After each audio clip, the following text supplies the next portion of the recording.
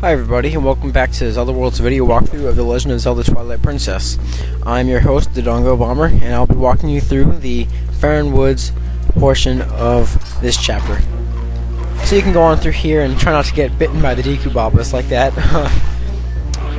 Basically, as you'll see in the map, there are two spots. You want to head to the top right one first, as it holds an item that'll be necessary for you to access the other one. Alright, so you can kill enemies as you go by, pick up the rupees. It's not a big deal, you're not going to need them really. But as you can see, I'm fighting them anyway, just for practice. Then you want to go inside this cave. Your sling shot can easily kill the Keese in one hit. That's the name of those enemies. Now these are called Bokoblins right here. That guy that just fell on the ground and died. They take a bit more beating with a wooden sword. You'll need to do quite a few hits on them before you can kill them. Get another Keese. They're also easily killed with a sword, but sometimes the slingshot's a better choice. And one more Bokoblin. You open this chest and you get a key. But since this is going to be a 100% walkthrough, you're going to light both these torches over here. And once you do, a chest will appear up top in the next platform, so you want to go ahead and open that up. Now inside is going to be one of the many collectibles in this game. It is our first piece of heart. Now in this game it's actually 1 of 5 instead of 1 of 4. A little nice addition they added, so you know, more collectibles, more pieces of heart to collect than the usual 30, I believe. Or at least that's what it was for Ocarina of Time, which had about like 9 dungeons, I believe. Alright, so now that you've gotten the key, you can head down to the bottom left corner of this big area, as you can see on the map. Going around the edges is the safest part because you encounter less enemies, and you're less likely to get lost as well. There are actually some treasure chests in here that we can't get yet, but we will be able to pick up later, once we have more items, more skills, etc.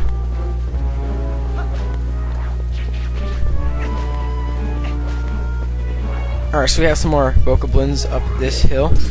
And again, easily killed. You can probably take them both out at the same time, like I just did there with a couple spin attacks. And now here's the locked gate, which you needed the key to open. You just walk up to it and push A, and the lock will fall off. And of course, as you can see, the key is useless. Most of the time in Zelda games, keys don't open more than one door at a time. And this game is no exception to that. Get some more Bokoblins, and you can just kill them easily. You know, by now it's pretty easy. As you can see, I just dodged him right there. That's pretty simple to do. You just target him and then push left or right in the D-pad. I mean the control stick, sorry. And then you push A, and he can do a sidestep, which is pretty cool. Now here is another new character. He's actually Coro's parrot, and he runs a shop where it's a drop-in sort of payment. He doesn't actually take the money directly from you when you buy it. He actually makes you pay, and if you don't, then when you come back, he'll start to attack you, and you basically have to pay at least 1 rupee. I kind of got hit a little too much there. But as long as you pay at least 1 rupee for what you bought, he won't get mad. If you pay him extra, he'll really like you. It's kind of funny. You can kind of mess with him a bit.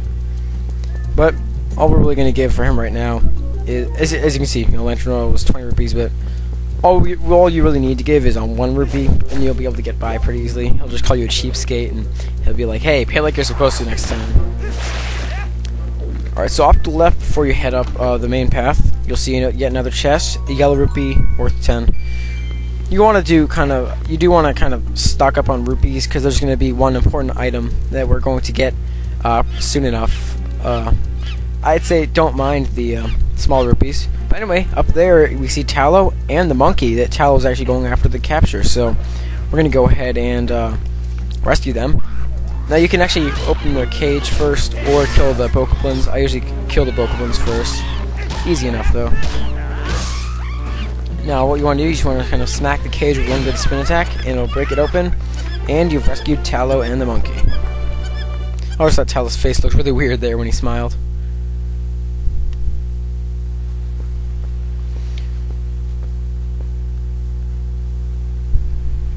So here, Talo's obviously feeling really bad, and he doesn't want Link to really tell anybody about it. as you can see right here. He's like, "You're not gonna mention this to my dad, are you?" So apparently Talo will be in really big trouble if his dad finds out. So he runs off, and then Rusl comes. And apparently he was actually looking for Talo as well.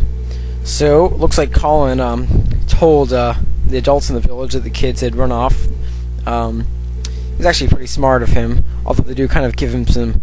They're not really nice to Colin after he does that, but yeah, it was a good thing. Colin's a good kid, and it's a good thing he actually told Rusl about that, even though Link, of course, was quicker to act, as we are the main hero in the game.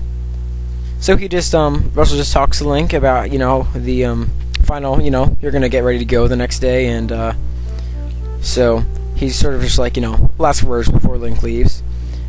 And here we are back at Ordon Ranch. Link's just sitting there. He's like, I wonder what he's thinking, you know, thinking about, ooh, I'm gonna go see Hyrule today. Well, first we gotta herd the goats again. Fido needs help, of course, because he can't do it on his own.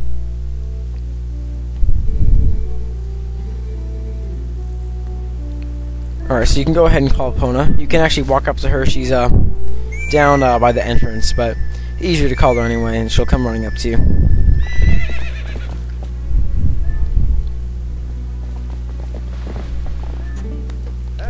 Alright, so now this time there's actually 20 goats instead of 10, so it can be a bit tougher. And as you can see, they're sort of in groups of 3 this time, because there's so many of them. Alright, so yeah, you can easily lead them in by their groups of 3, or you can sort of bunch them together and then put them all in at once. As you can see right there, I got 4 of them, which is pretty good. We get another one in right here. Yeah, simple stuff. They're just sort of like, you know, they really want you to nail the controls in this beginning part, so that's why I like it a lot. A lot of people say the game is slow to start, which I'll admit it is, but they do definitely give you a good grasp of concepts of gameplay and such in this first part, you know, without just throwing you into a dungeon right away, sort of defend for yourself. They give you a good tutorial.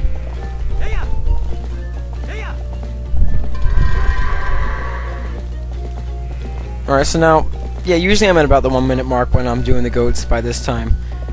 I don't know if anyone can get this in under a minute. I'm sure there's someone who can, but it's pretty tough. I mean, there's really nothing like it in any other Zelda game, so it might throw you off guard if you're used to the other ones. Alright, so we just dropped these last 4 in, and we're done. 1 minute and 12 seconds, not bad.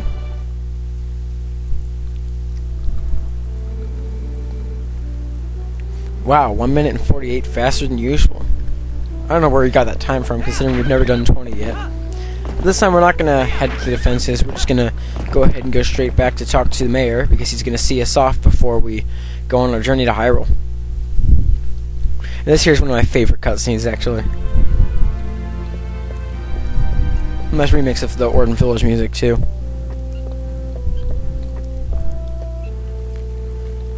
So Ilia gets all excited and she calls her dad. As you can see, her mouth actually moved there.